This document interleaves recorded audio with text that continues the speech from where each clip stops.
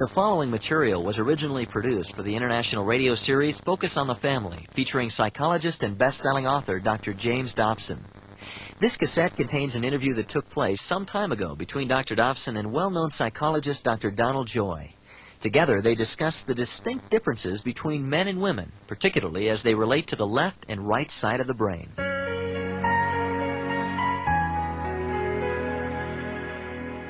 Don, we're delighted to have you back in the studio today. Thank you, Jim.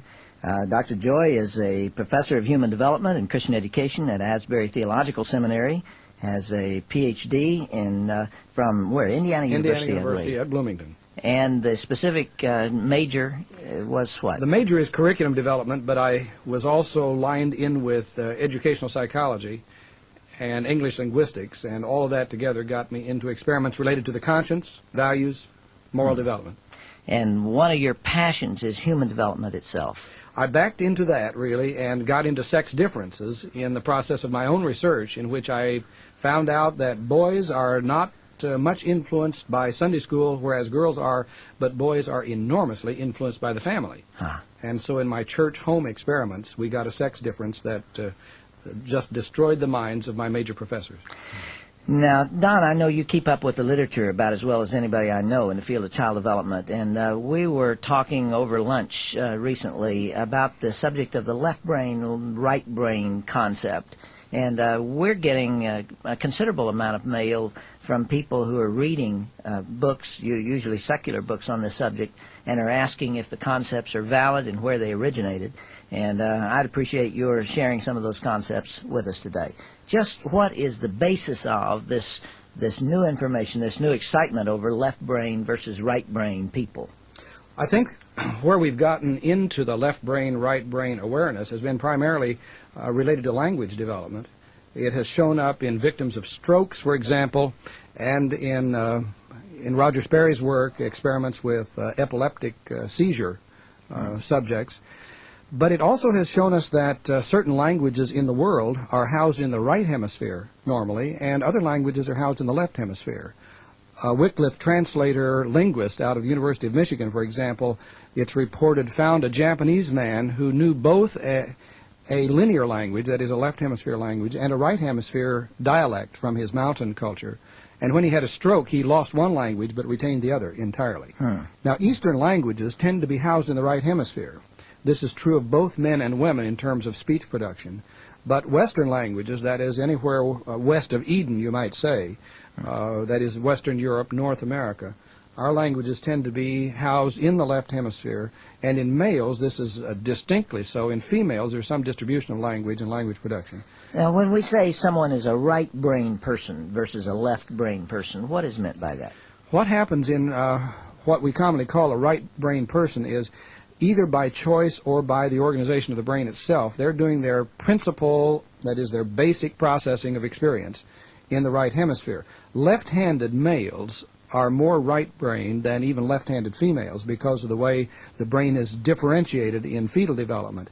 So that in a left-handed male, you will tend to get a really fine use of the right hemisphere. Now, these are more oriented toward the concrete, the pictorial, the affective, that is their, I suppose, they're greater lovers, for example. But they also are the finest marksmen, draftsmen, and artists. Michelangelo, Da Vinci, Picasso are all left-handed males. Piano tuners are virtually all males. And the differentiation in the brain allows them to listen with their left ear and get perfect pitch connection in the right hemisphere. So that males are much more adept at this tone discrimination than females are, because their tonality is distributed in the brain. This marvelous female brain is a brain that's not damaged during fetal development as the male brain is, but the damage gives a specialization to the male brain which we don't get in the female. Repeat what you said to me about a biblical passage in which the precision? Yes. You'll find it in one of the history books of the Old Testament, where it's reported that there are, I think, 700 men who can throw a stone and hit a mark within a hair's breadth and not miss, is the way the old King James put it. They were all left-handed males. They were all out of the same tribe. So It's marksmanship... actually stated in the scripture. It's actually stated. You don't remember the reference for it? No, I don't. We should have looked that up before we went on the air. But it's right there, and it's just stated baldly in that kind of way. Now, I should say that there is good evidence, archaeological evidence, that that Eastern culture, that Fertile Crescent culture, up to a certain point in history, was all left-handed. John Oswalt, now president of Asbury College, is an Old Testament linguistics specialist, and he told me one day, just casually, as we were standing in the hallway, talking about right and left-handedness. He's a left-handed Old Testament linguistics professor.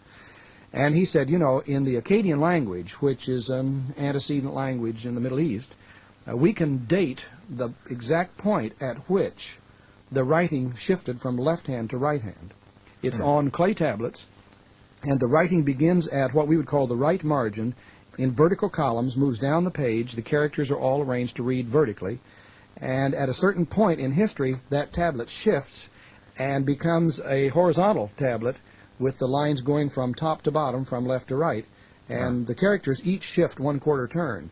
So they can document when this ceased to be a left-handed language, became right. Now, modern technology would have been impossible without right-handedness and left-brainedness. That is, that's the logical, linear, mathematical precision hemisphere.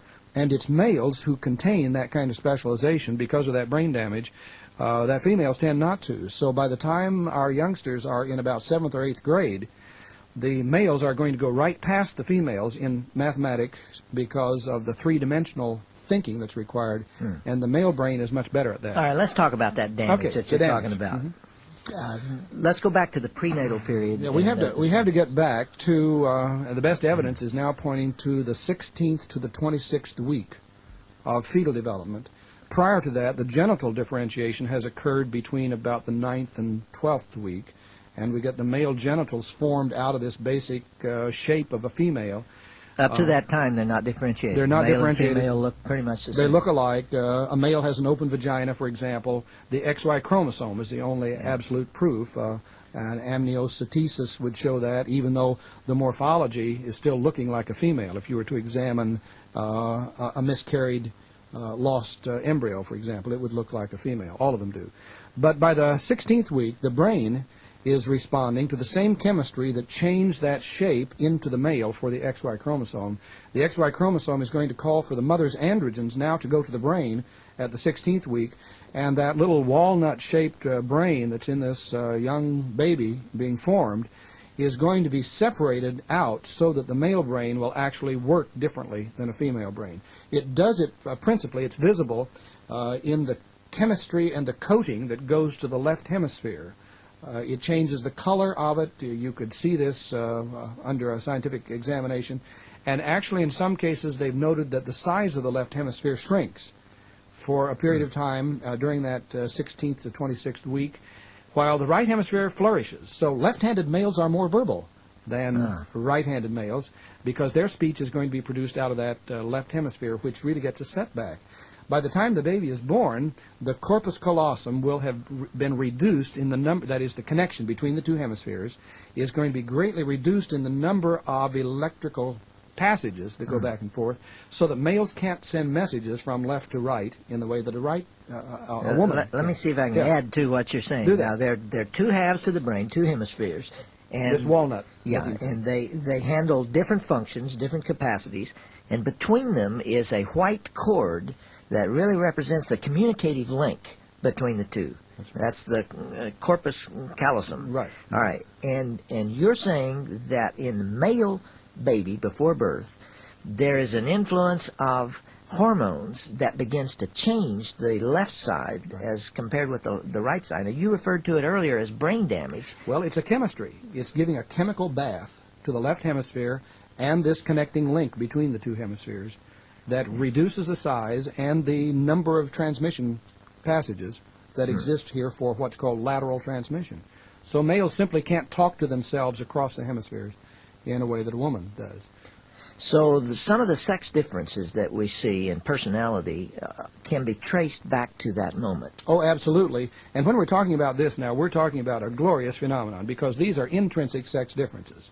There are a lot of very superficial so-called sex differences that are really embedded in the culture. But we're now talking about intrinsic physiological differences, and once we look at them, most of us just throw up our hands and say, this is glorious, because we are fearfully and wonderfully differentiated from each other. Let's look at them.